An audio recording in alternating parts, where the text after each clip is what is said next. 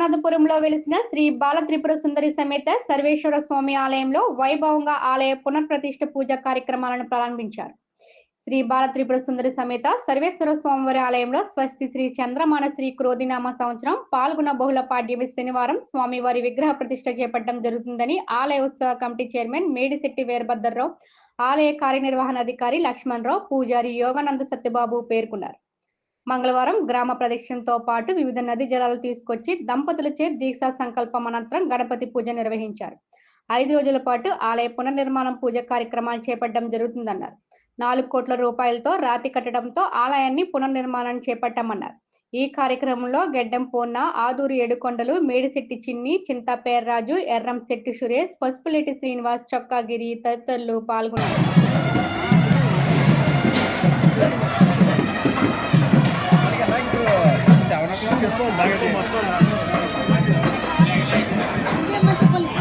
ఒకసారి అదే మధ్యలో కొద్ది ఖాళీ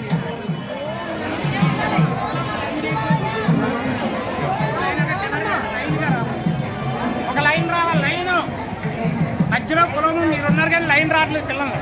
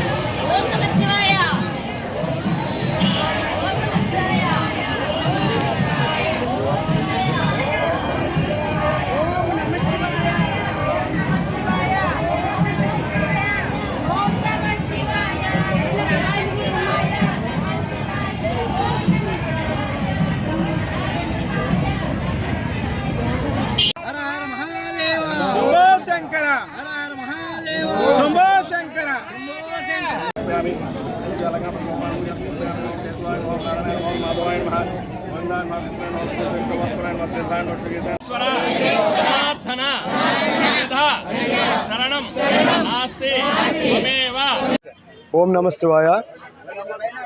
కాకినాడ జగన్నాథపురంలో వేయించేసి ఉన్న శ్రీ బాల త్రిపుర సుందరి సర్వేశ్వర స్వామి దేవాలయం శివాలయంలో 15/3/25 ప్రతిష్టా కార్యక్రమం ఏర్పాటు చేయడం పెద్దలు నిర్ణయించినారు.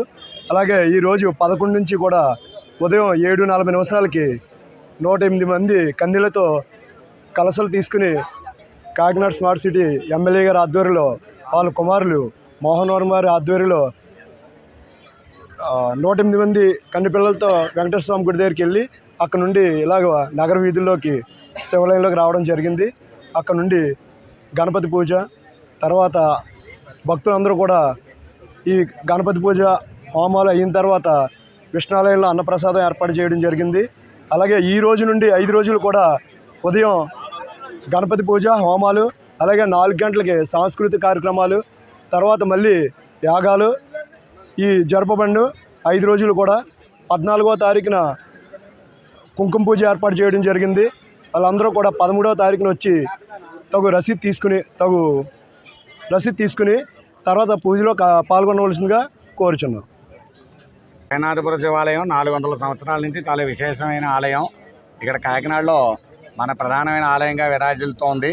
ఇది పల్లం అయిపోవడం వల్ల స్వామివారి దగ్గరికి నీరు అది చేరుకుని దుర్భరంగా ఉందనే ఉద్దేశంతో స్థానికులు పెద్దలు అందరూ కూడా కలిసి ప్రజల సహకారంతో సుమారు 4 కోట్ల రూపాయలతోటి ఈ ఆలయాన్ని రాతితో నిర్మించడం జరిగింది.